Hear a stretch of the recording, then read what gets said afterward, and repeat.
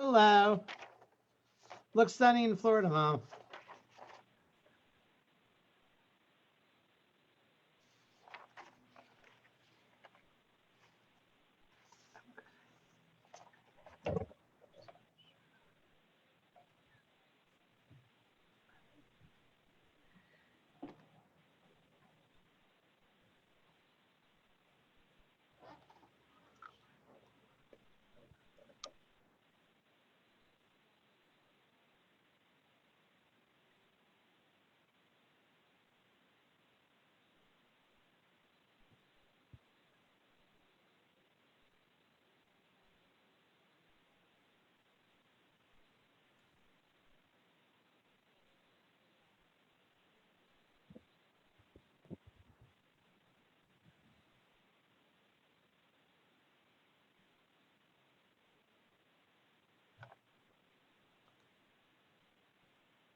Okay.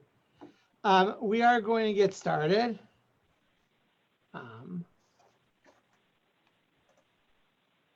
Nina? Yeah. Oh, I just saw your screen for a second. Your head was blocking the little chicken, so all I could see was the broken egg.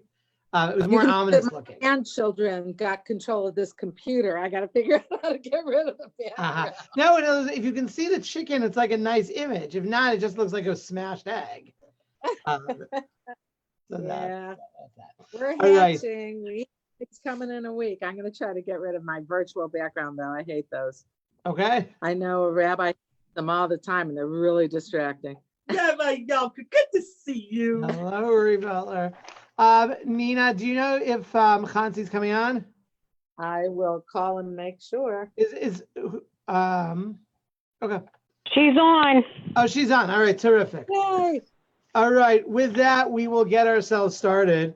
Where we left off, we finally have, after 2 sessions, completed our introduction to SHabbetai Zvi, of understanding the context, or at least a little bit of the context, in something that, as we will see, is quite the baffling story.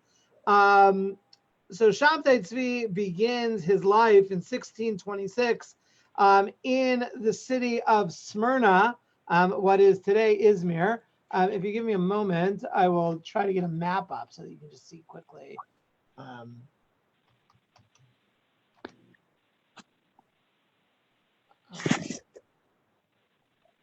Nina. Hey there. How are you? Okay. Yeah.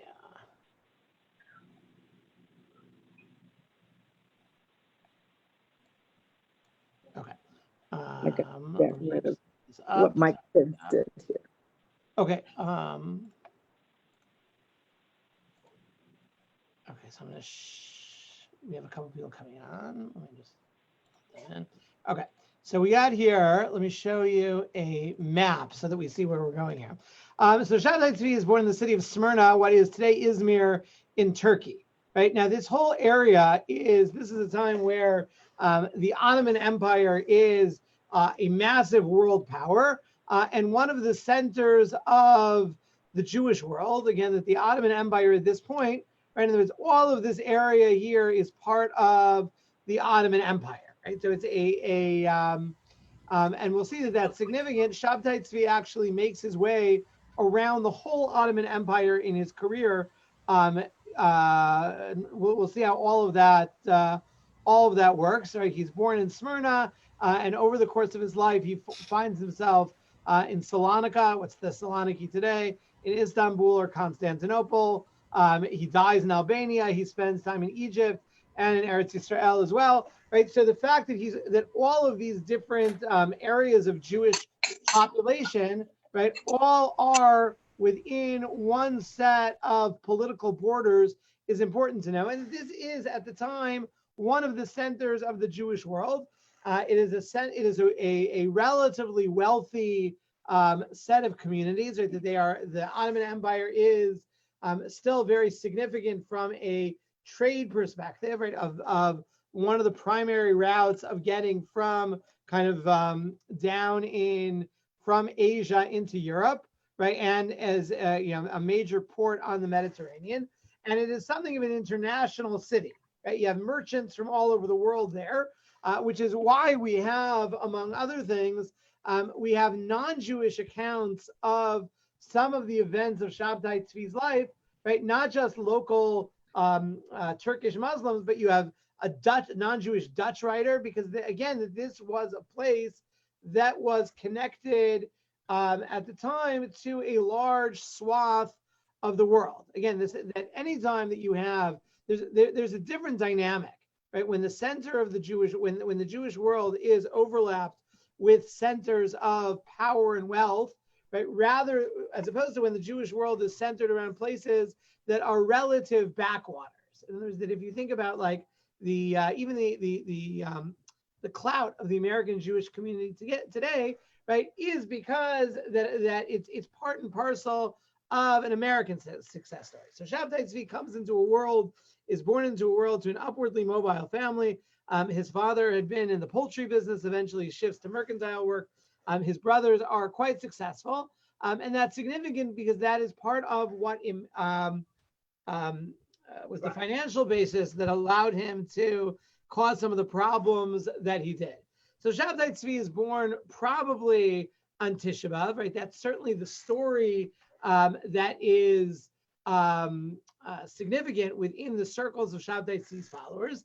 And it's significant because the Yerushalmi says that Mashiach is going to be born on Tisha B'Av. Right now, you do the math, right? Probably 1 out of 365 people are born on Tisha B'Av, right? So, if you multiply that, that's a pretty strong selection of potential messiahs.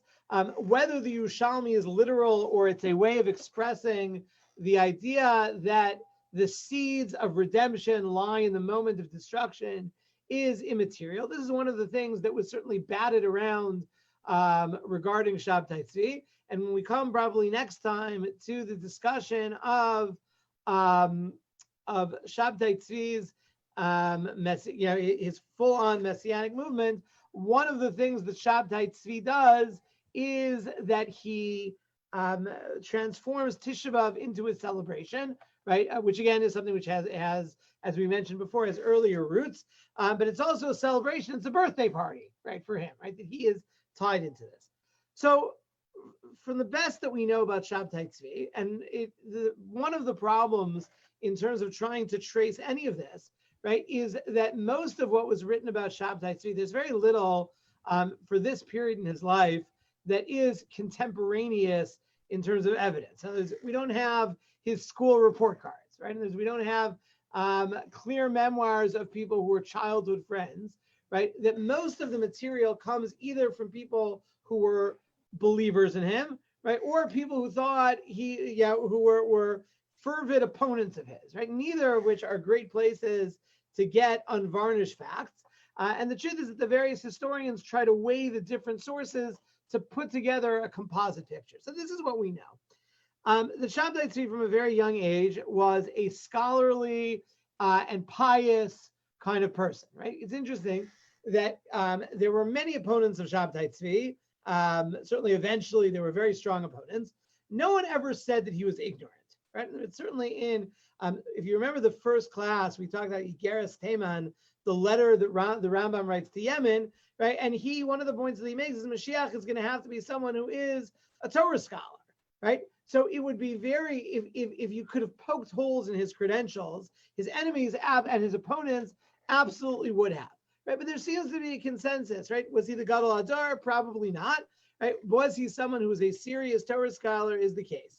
He learns for years by Rabbi Yosef Iskafa, Rabbi Yosef Iskafa, who is the chief rabbi essentially, and Rosh Hashiva in Smyrna, right? A person who wrote a whole bunch. He wrote Shuvos. He wrote a whole bunch of Sfarim called the Rosh Yosef.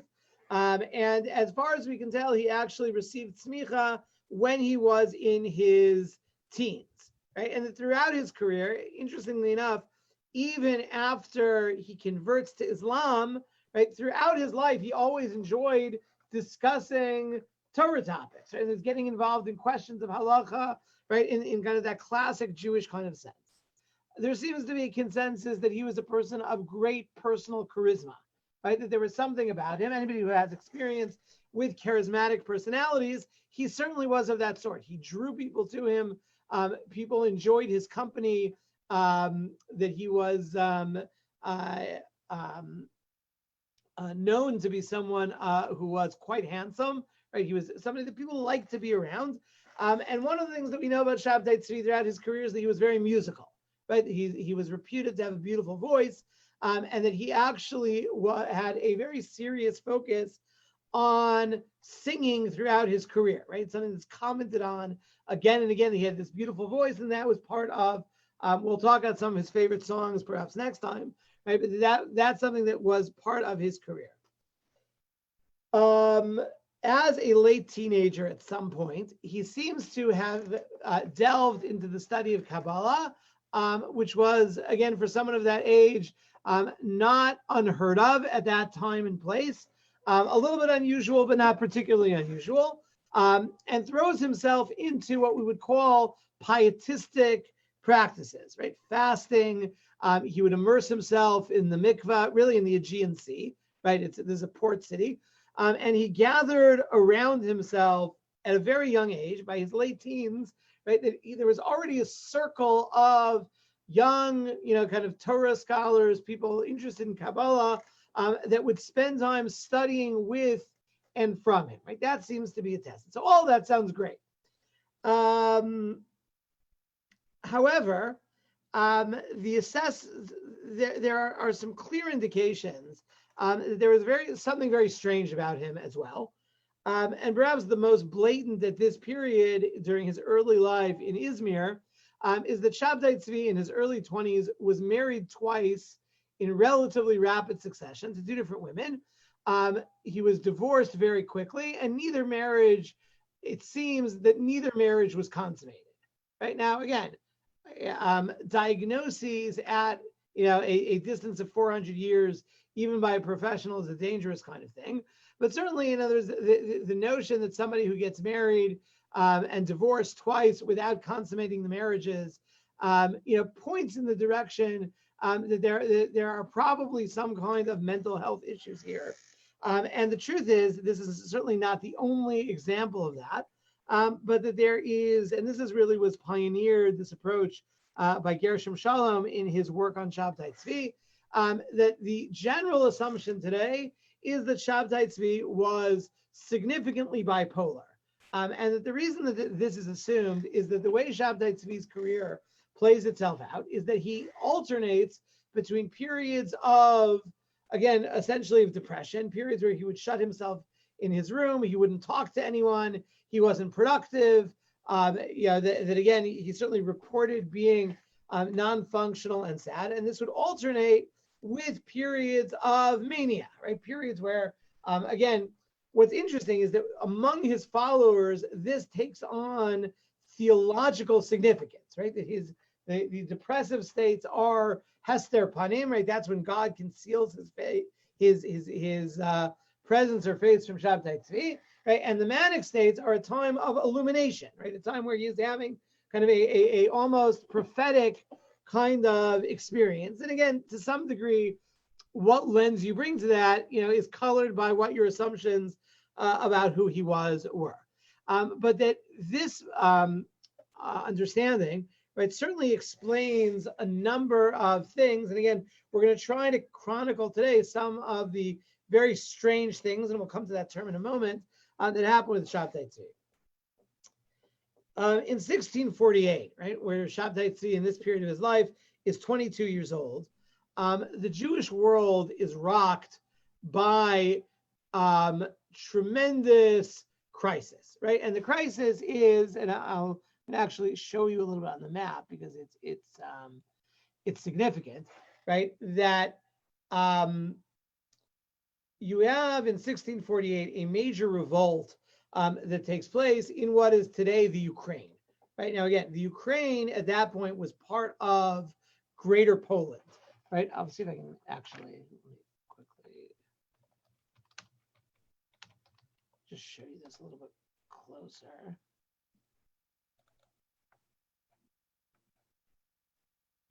Okay, so again, if you can follow this over here, right? This is Poland/Lithuania in 1648, right? And it's a very large area. And what you will see is that it incorporates both parts of what today are people would call White Russia, right? Parts of the Ukraine. All of this is ruled by Poland. Okay. Now, Poland is a Catholic country, right? And the Ukraine is Orthodox, right? So they are significant, besides the fact that there are, let's call them ethnic differences, right? That the Ukrainians are being ruled by Poles, right? They're also, you have Orthodox Christians being ruled by Catholics, right? Where there's a friction in that dynamic. Now, to make things worse, right?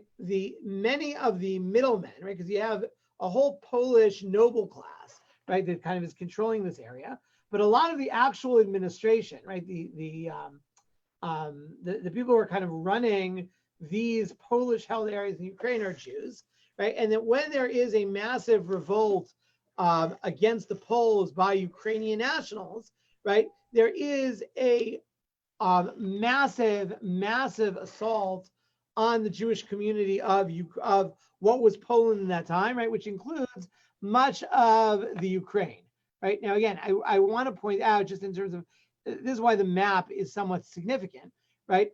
If you think about it, right? And again, even if you do the mapping, obviously that Constantinople here, right, is actually probably not so far, right, from the area of the Ukraine, right, more than other parts of Eastern Europe are today. In other words, that it's and you certainly had refugees from these massacres that showed up in Turkey. We'll come back to that in a second, right? So you have these massive, no one's sure, certainly tens of thousands of Jews in 1648 and 49 are murdered. There are accounts that go into the hundreds of thousands. This is generally seen to be, prior to the Holocaust, the most significant anti-Semitic eruptions against Jews in Europe. And Khmelnytsky, right, who's the leader of this Ukrainian insurgency against the Poles, right? It's a fascinating kind of thing, right? Khmelnytsky is, again, in the pre-Hitler era, if you wanted to list people who in the Jewish consciousness were among our primary oppressors, right? Khmelnytsky would be one of those. Now, ironically, Khmelnytsky is a Ukrainian national hero to this day, right? In the Ukraine, and again, it's interesting. You think about the whole debate in the United States today over the Confederate statues, right? So you have that same kind of disconnect, right? For us, Khmelnytsky is nothing short of a murderer. There's someone who literally has tremendous amounts of Jewish blood in his hands. To the Ukrainians, right, he's a national hero, right? And so it's, again, that same kind of tension that on some level our country is going through now in terms of that question of appraisal. Anyways, this sends shockwaves through the Jewish world, right? In fact, some of you might have seen, I sent out an article about it last week. There was a fast day that was established in Eastern Europe on the 20th day of Sivan, which is one of the major massacres that took place. It was observed in parts of Europe until the war, and this left tremendous, obvious human damage, but psychic damage on the Jewish people. And there's that certainly primarily the Eastern European community, but throughout the Jewish world, right? That this sense of this crisis that took place. And it's compounded by the fact that there had been, remember we talked about before, right, the ever-present issue of messianic predictions. So based on the passage of the Zohar, there had been some expectation that 1648 potentially was a year of redemption, right? The Torah says, B'shnas hayovel hazos, right, during this Jubilee year, right, everybody will return, right? And that's the whole idea. I think we spoke about the idea of redemption and return last time, right? The Torah talks about the Yovel, the Jubilee year, as the time of return. So it refers to it Hayovel Hazos, right? Hazos means this Jubilee year. So the gematria of Hazos is 708.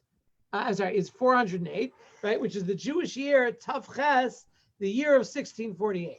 So you've got like the worst possible thing, right? And if you have terrible Jewish death and suffering in the Ukraine and Poland in a year that there is messianic expectation in the Jewish world, and that there is evidence to say that the first time that Shabbetai Zvi declared himself Mashiach was against the backdrop of those events in 1648. In other words, the idea that that the conclusion that he drew, it's a more complicated kind of thing, and certainly his mental state is not irrelevant to this, right, was that the answer to, right, this profound mystery of tremendous Jewish suffering lay in his messianic career. So I want to share something with you for a moment, a document that comes from a later stage of Shabbetai Zvi's career, because it perhaps opens us up to the idea of how significant these events were to him. So I'm going to go out of order, and I apologize, but I think the document is interesting. So in 1666, right, that is the high point of Shabbetai Zvi's messianic career. And at that point, probably the majority of the Jewish world thought that he was Mashiach.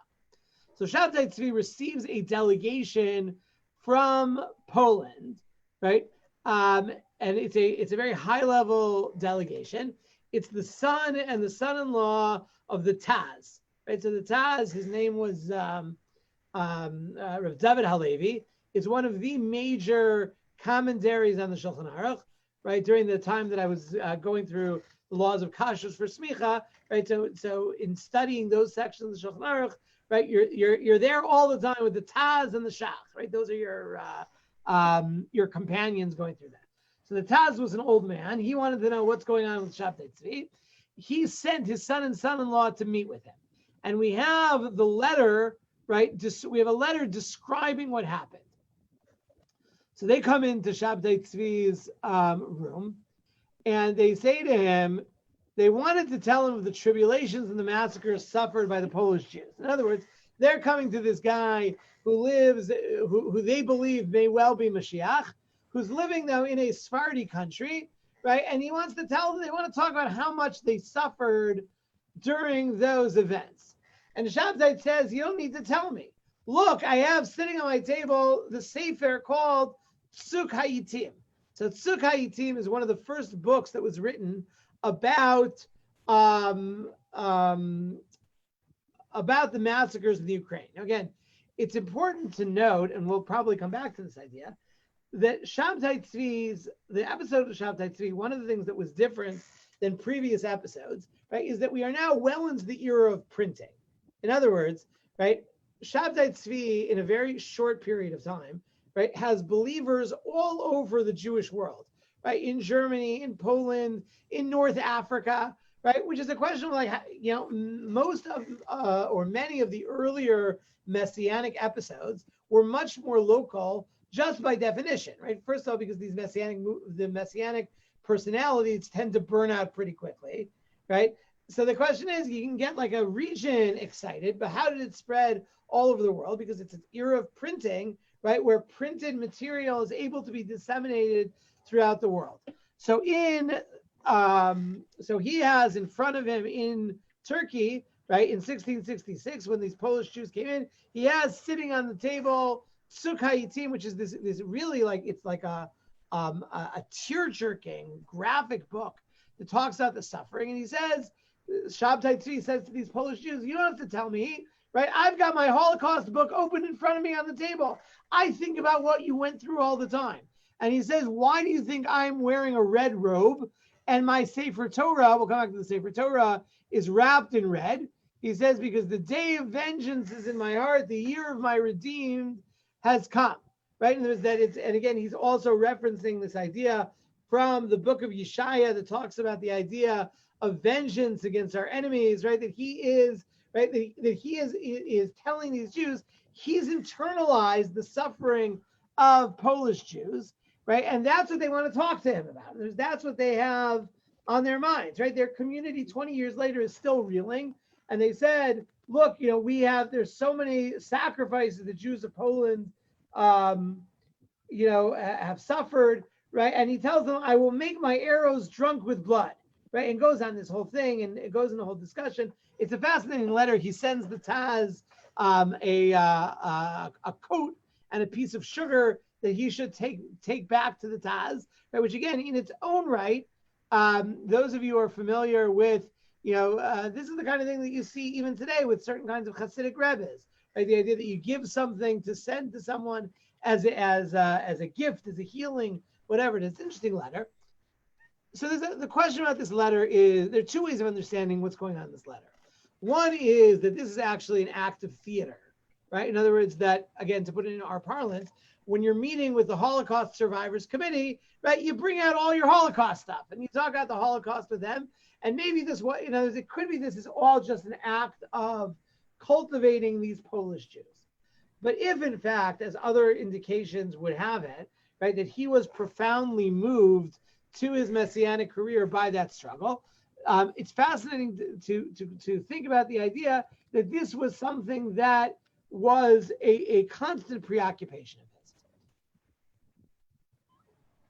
It is during this time in Smyrna, right, at the beginning of his career, where SHabbetai Zvi, we already talked about the indications of his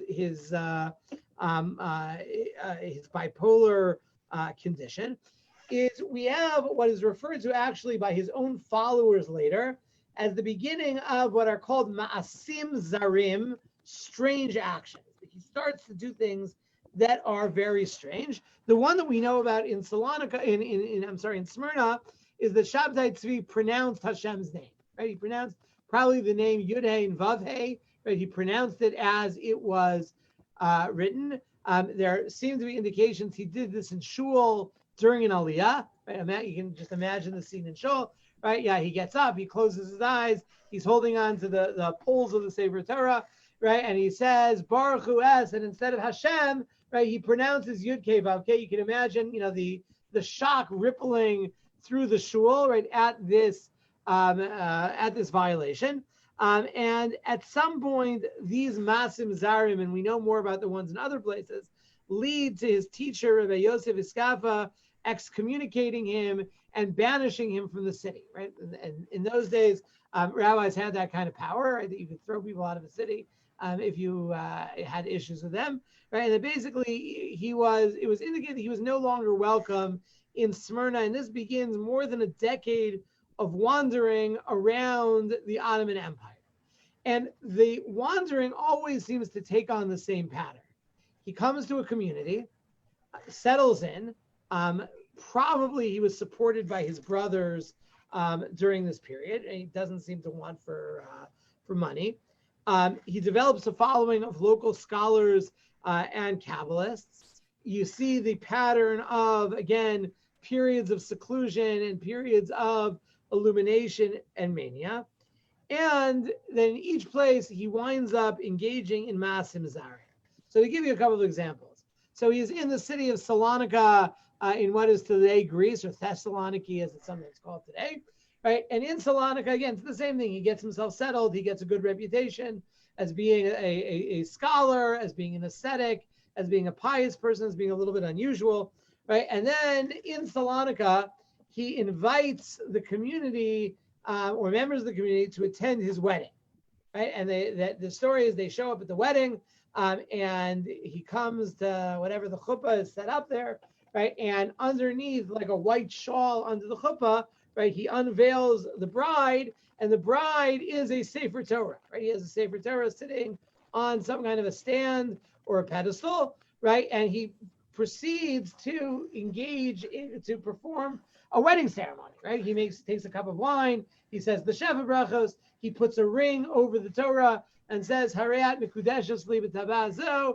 right, that you are consecrated to me through this ring, right? And that the basic idea is that he is, again, whatever exactly the symbolism of what this means, right? Again, the idea of marriage to the Torah, right? That the Jewish people is married to the Torah, that Mashiach is a symbol of the Jewish people, right? In other words, you can certainly tease out a significance. At the same time, it is something certainly super bizarre, right? And there's the idea of, and it was certainly upsetting to the people there. And that again, he was, let's say, encouraged to leave Salonika shortly after that. He finds his way to Constantinople or Istanbul, right? And there we know among the things that lead to his leaving there is that he one day is seen walking through the streets of Istanbul with a baby carriage. And in the baby carriage is a large fish, right? And he's walking this fish around. And when he explains, he has a whole Kabbalistic explanation that the month of Adar, who the zodiac sign for is Pisces, that the redemption is beginning in Adar or something like that. And that this action of walking around with the fish in the baby carriage is that this is the beginning of redemption. Halachically, more significantly, and perhaps predictive of things that he's going to do later in his career, there's 1 week in Istanbul where it becomes clear that he has decided to celebrate Pesach, Shavuos, and Sukkot either within the space of 1 week, right? That 1 week he said, one day I don't know if it was simultaneous or back to back.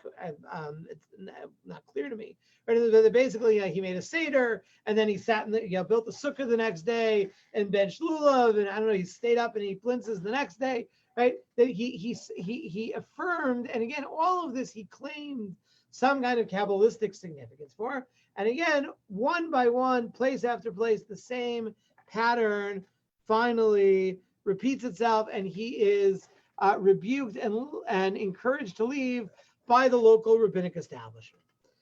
By the early 1660s, this seems to happen in Yerushalayim as well, right? He makes his way to Yerushalayim, he buys a house there, and again, for the most part, develops a good reputation in the city.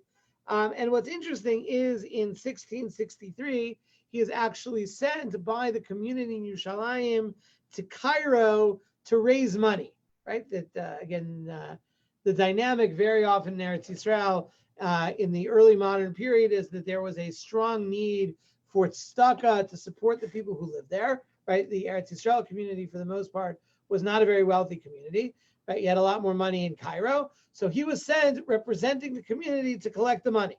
Now, you generally don't send, to meet with your, the wealthy people in Cairo. You don't send, somebody who's frothing at the mouth in the street. And that he was a respected citizen of Cairo. We have a description of his trip down from Yerushalayim to Egypt. He spends the night in Hebron. We actually have a Jew who grew up in Hebron, who later becomes a follower of SHabbetai Zvi, writes about his childhood memories of SHabbetai Zvi, spending the night outside of Maras Machpelah, saying Tehillim and singing, right? We talked about the singing, right? It made a tremendous impact on the people there. And he strikes up a relationship with the very wealthy head of the Egyptian Jewish community, Raphael Yosef Chalvi, who makes it clear to SHabbetai Zvi that it would be a great honor for him to support, if SHabbetai Zvi kind of moved into the grounds of his estate, right, for him to support him in studying Torah and studying Kabbalah and so forth would be a great honor, right? That he was very taken with this, not so young, but with this man at the time.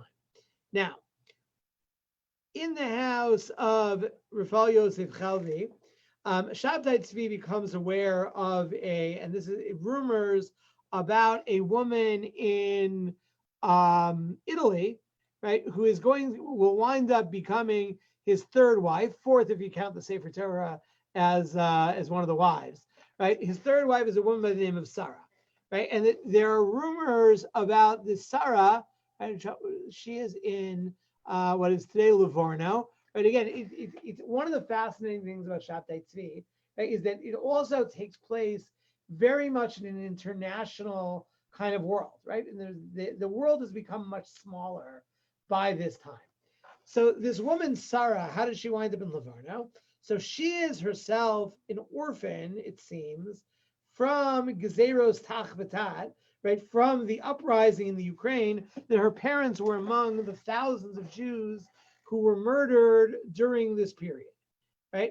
And there are all kinds of stories about how she survived, what exactly happened, right? And again, in the circles of the followers of SHabbetai Zvi, she takes on an importance of her own right?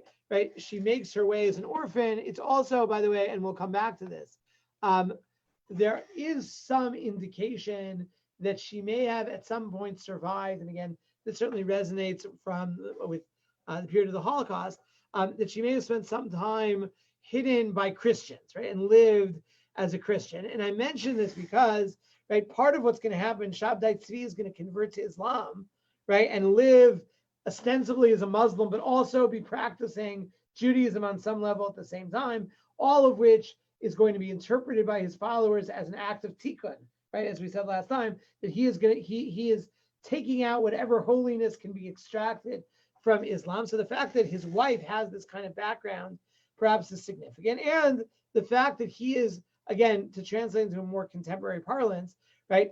If in fact these events of 1648-49 were emotionally, theologically significant to Shabbetai Zvi's self-perception, right? The idea that he is, he's a survivor-in-law now, right? By marrying into such a family, right? And there's also perhaps significant.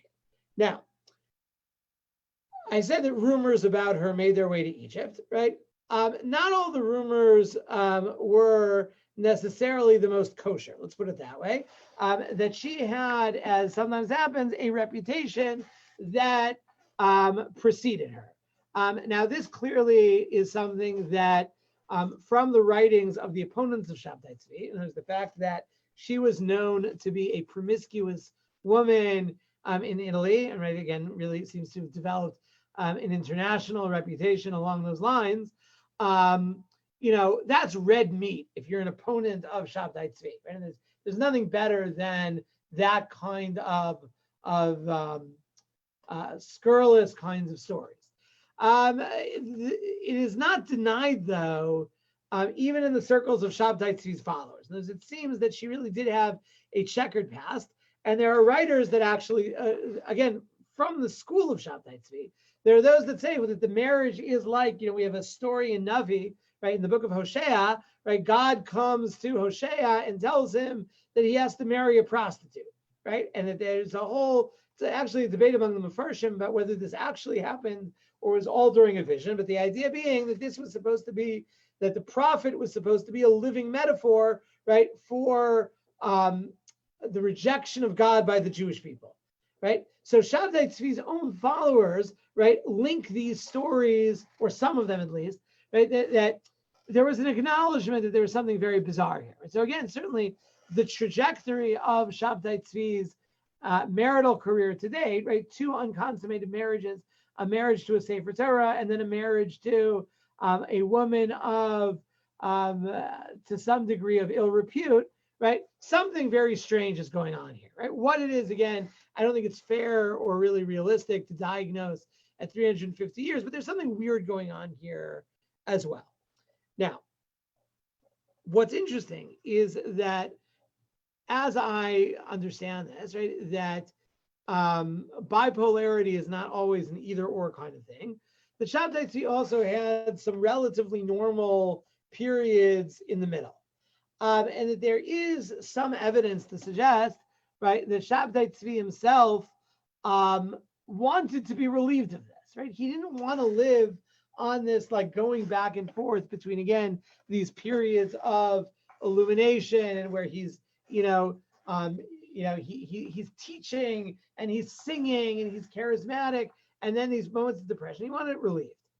And he hears about a relatively young man named Natan HaZati, right? Nathan of Gaza, right? Again, it's not a political thing, but I think it is worth noting, right, that in this time, the city of Gaza was a Jewish community, right? There are Arabs there also, but that there is a Jewish history in Gaza, whether there are Jews in Gaza today or not, right? He was called Nathan of Gaza because that's where he lived, right? And there's an old shul there in Gaza, right? That was, he spent time in Yerushalayim as well, but this was a community. And Nathan of Gaza, who was a Talmid Chacham, he was a Kabbalist, and he was also really had a literary gift as well. And he was a very much a systematic thinker. Also had a reputation as a certain kind of Kabbalistic healer. He could look into your soul, right, and help you find your personal tikkun. And it seems that Shabbetai Zvi sought out Nathan of Gaza and Natan HaZati to be able to help him deal with his issues, right, as they were. And this meeting, which is going to have tremendous implication for the Jewish world, and this will bring us to our next session, right, is that Nathan of Gaza becomes completely taken with Shabbetai Zvi, right? And instead of being the doctor, right, he becomes part of the problem, right? That he sees Shabbetai Zvi becomes a true believer, and it's the meeting of Nathan of Gaza and Shabbetai Zvi, right, that begin a career that will vault this, again, a gifted but very strange person into a position where he is able, through the writings of Nathan of Gaza, to electrify the entire Jewish world and beyond. And that's where we'll pick up the story, God willing, next time. We will not be, I'm going to take questions in a second if anybody has questions. We're not going to meet, I'll send out a more detailed schedule, but for now, I'm assuming we're not going to meet the next 2 weeks. And then 3 weeks from today, we are going to resume the class. So again, we'll be off.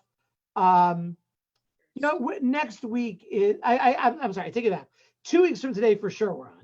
Scratch what I said before. 2 weeks from today, I'm just thinking of days of the week. 2 weeks from today, we're for sure on. Next week, I'll still let you know whether we're meeting or not. Right? But 2 weeks from today, we'll for sure be on. Okay, you can unmute if anybody has any questions, and then if not, we will. Good. Thank you. You are most welcome. Thank you. Good. And again, Chumash tomorrow at 9:30, Parsha tomorrow night at 9 o'clock. I think Parsha is a very exciting piece this week on a war with Amalek that you never realized happened. And we'll start with that. I think it's Cool. a piece. So we'll start with it. We'll start with that tomorrow night. Rabbi, I appreciate that you said you'll send the updated schedule in writing, because I think I'm a little confused when you will and will not be here. So yes, it will be in the announcement I sent out. We'll say that we're going to meet. The only question for this class is next week. Okay, thank you. Thank you.